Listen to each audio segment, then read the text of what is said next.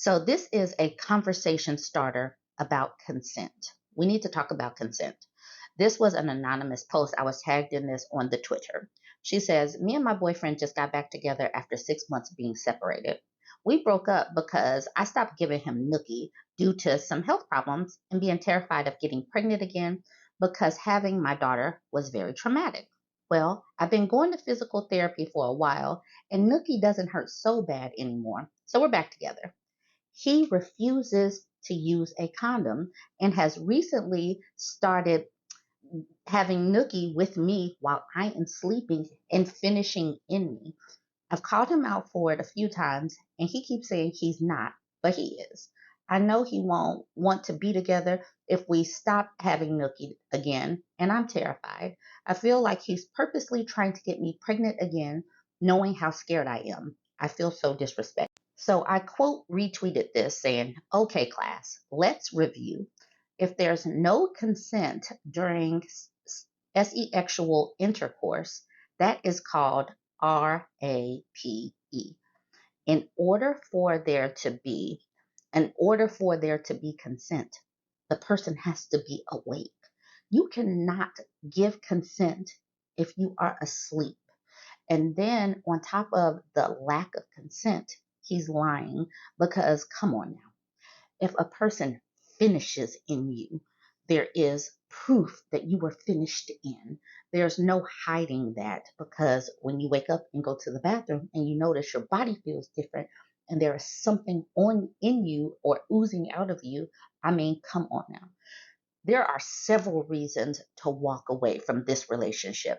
And I'm highlighting this because sometimes there is a gray area that women, especially women in a relationship, start to feel like if you have given consent before, you've been together for a long time. Your partner can't RAPE you if you have been in a relationship for a long time, right? Wrong. There still needs to be consent.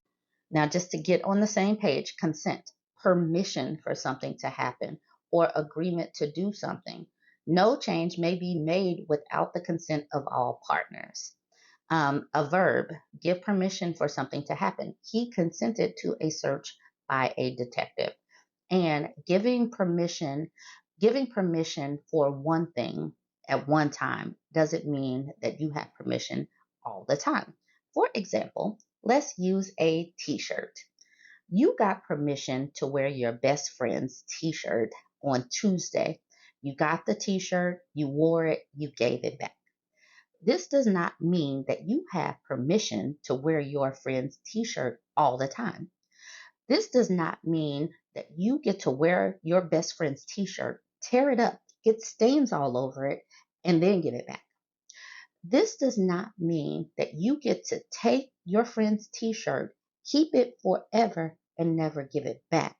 Consent was for that particular time, for a particular time frame, and to give it back in a particular way. So just keep that in mind. Think of it as a t-shirt. Do you have permission today?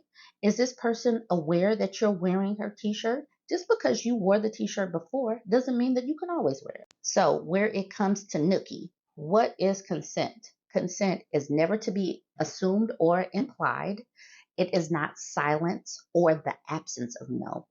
The absence of no does not mean yes.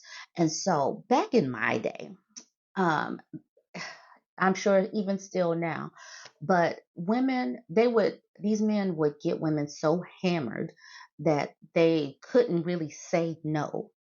I remember them talking about this stuff throughout college and stuff. Not saying no means yes. And I want women to really, really understand how many times it is possible that there has been a rape. Okay, this person says, the rest of it says, cannot be given is if the victim is impaired by alcohol, drugs, or is unconscious, can never be obtained through threats or coercion, like either you do this or I leave you on the side of the road and you have no ride home after this date and you're in the middle of nowhere. And let's not act like we haven't seen that scenario play out. Consent can be revoked at any time, like Okay, I was comfortable, but now I am uncomfortable. I do not want to do this. Consent cannot be obtained if the perpetrator abuses a position of trust or power of authority, meaning they got consent in an unethical way. They presented themselves to be something and then you found out they weren't.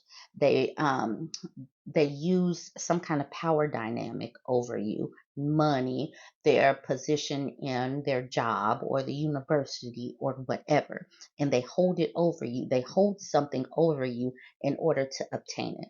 That is not consent. Like if you don't let me borrow this t-shirt, I will set it on fire. So you give the t-shirt, but that is not true consent.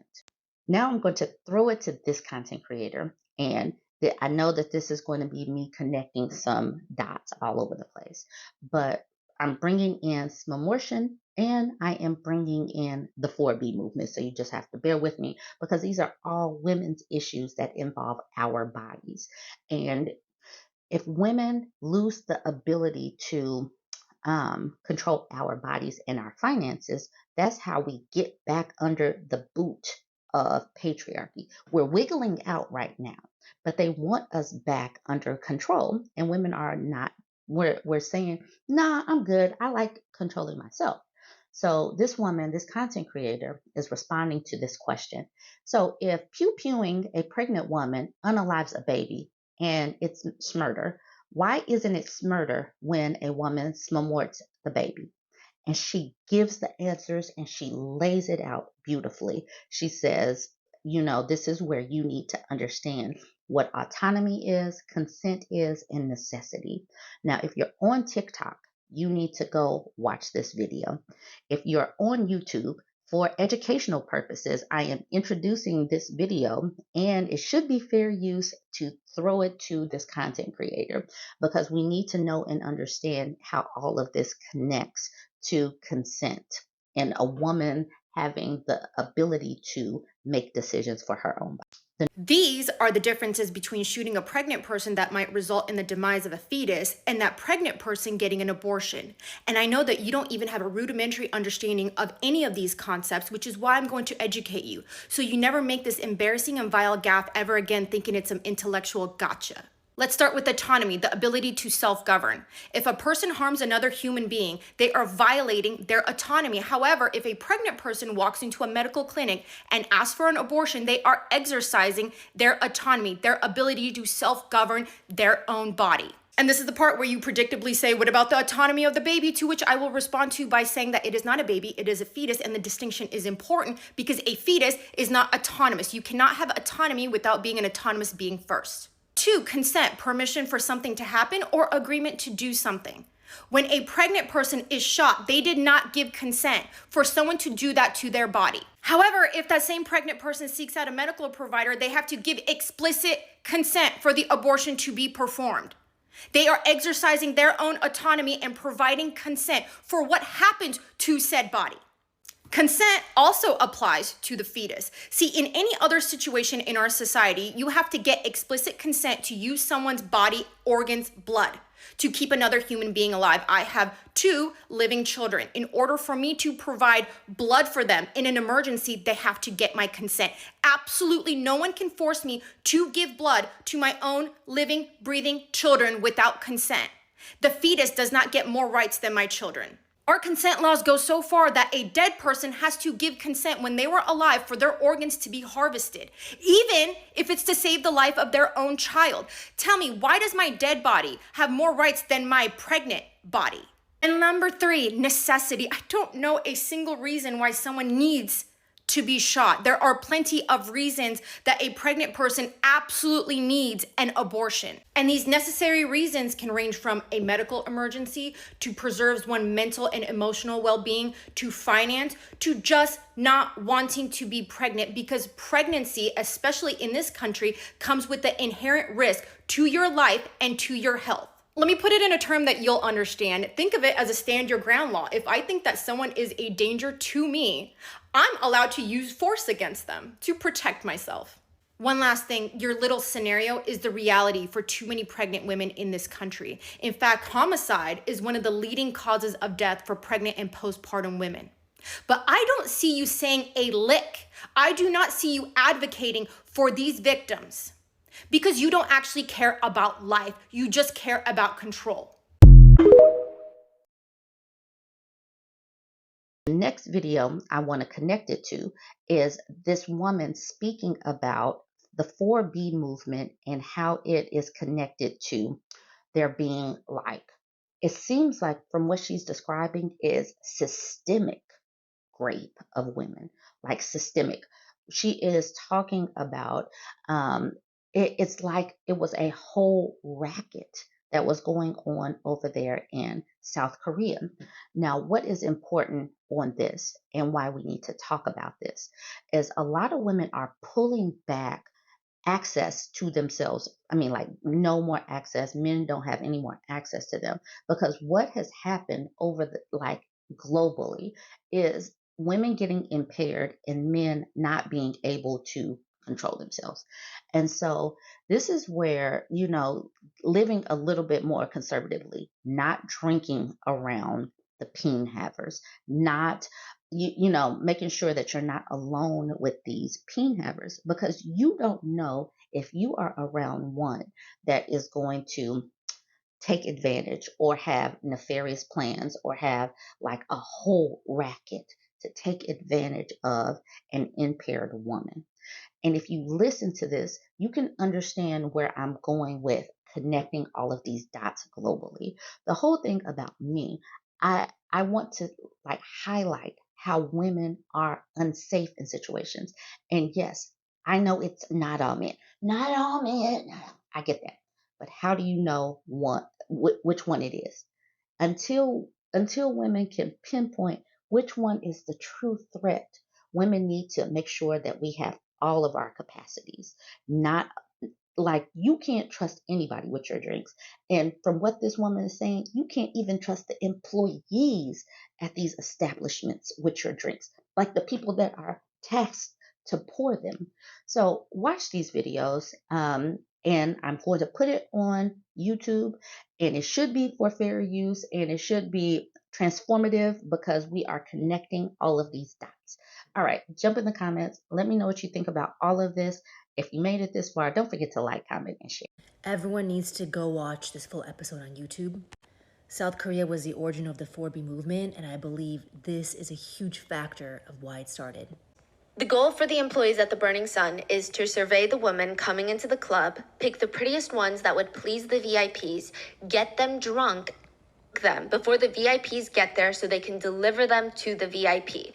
The goal would be, she is beautiful, she is beyond the point of consent, the VIP is happy. Because now the VIP doesn't have to waste his time getting her drunk so that he can essay her. He can just go ahead and do whatever he wants to her illegally. VIP is happy, the employees get a big tip. That is the ultimate goal of the employees at Burning Sun, and nothing makes them happier than watching the little essay of a young woman. They would text videos into their group chat of VIPs R-wording unconscious women. They would text things like, look at the VIP room right now, they're doing it. So it's up to the employees to get girls into that state quickly and discreetly. Their solution was dates. They, employees, sometimes even bartenders, would date their own female customers, which, a few things about this are so terrifying. How easy it is to spike someone's drink, terrifying. But also, I imagine, if I went to a club, I might be cautious of strange men around me, but I don't think I would ever be really cautious that the bartender would spike my drink or that the employees would. Yeah, especially Burning Sun, one of the most famous club. Most high-end club. Yeah. What? The employees would date their own female customers to serve them on a silver platter for higher paying male VIP customers who came to essay the female customers. They women essayed them, took pictures and videos of the assaults, created a product catalog of the victims to see if other VIPs wanted to pay to essay these victims as well. That was the real business model of Burning Sun. They were, in theory, running a complicated trafficking ring And they got away with it for a very long time. Not because they're flying under the radar and never getting called out on it. It's because they were being so blatant about it. There is a saying, I believe in German, and it's translated into English as, the devil was covering it with its own tail. And it's in reference to something being so out in the open, it's basically right under your nose. But you miss it because the devil has just barely hid it out of plain view. Like hiding in plain sight. The Burning Sun's reputation was the tail. The club was owned by a well-known Korean celebrity and a bunch of investors. But in order to experience the full menu of the Burning Sun, you have to be a consistent VIP. This is going to open you up to a whole new world. When a VIP walks in through the door, first of all, they get a separate entrance. And if you spend around $10,000 a night, you get 2 guards to accompany you, and they are also kind of like your butlers. The employees in the club know when a VIP walks in, and they all cater to that person all night long, making sure that everything they could possibly want under the sun, they've got it. Full service. Side note, a lot of these employees would spend their time working as merchandisers. This is a very important position at the Burning Sun. The VIP merchandisers are almost like personal shoppers, personal concierges, butlers for the night. And they usually try to plan ahead for the VIP's needs over the weekend. On Thursday, every merchandiser from the Burning Sun sends out text messages. But instead of promoting cover fees being discounted or alcohol sets being on special, they were sending pictures and videos of women. All unconscious women. They were naked and had just been essayed by other employees or VIPs. The merchandisers believed that these women, these victims, could be victimized again. So it's just a matter of which one the VIPs wanted. Under each picture or video of a girl was a price. To drug and essay the girl. They're selling essay. They're not even selling, they're selling. So they're gonna what? Lure the girls back in. Wow. So they get their numbers usually the weekend before when they're and lure them back in. And just like how the alcohol specials changed every week, the girls changed every week. The merchandisers would text the VIP, you can have this one, or how about this one? Or you can like this, a kind of playing like this. So they're referencing videos like, you can also do it like this. Or text that read, I can make you a reservation guest. If you come, I can get you this girl. If there was more than one VIP client that wanted the same girl that weekend, they would open a bid. The clients would bid, auction, on the woman who had no idea that any of this was even happening. Many of the club investors and VIP clients were wealthy businessmen from other countries. Also, everybody who was involved in this, all the monsters, are now walking free. The longest sentence, I believe, was a few years for all these heinous crimes against women.